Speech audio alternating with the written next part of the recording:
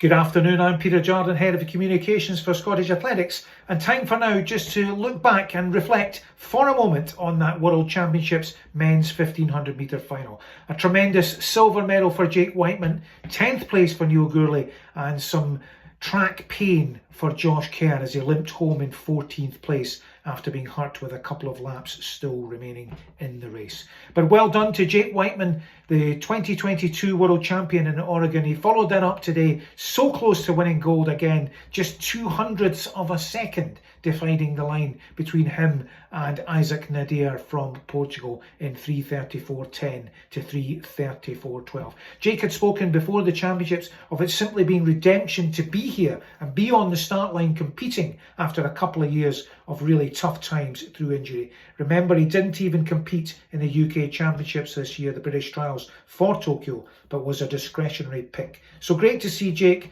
take a silver medal, and of course the first medal for GB and Northern Ireland in these championships, which I think just emphasises the level and the difficulty of the achievement.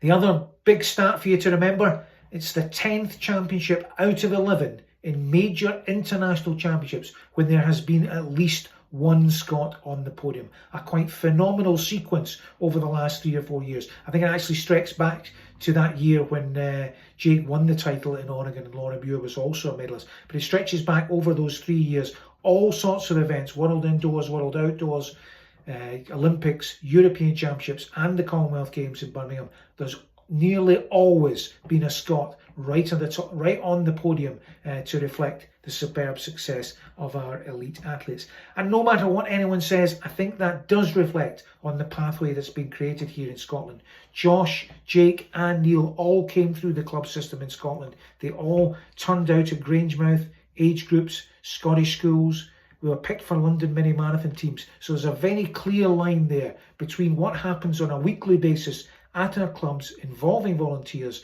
and right through to the very, very top of world athletics as we've seen today. Fantastic to have all three of them in the final. Congratulations, Jake Wightman, World Championships silver medalist.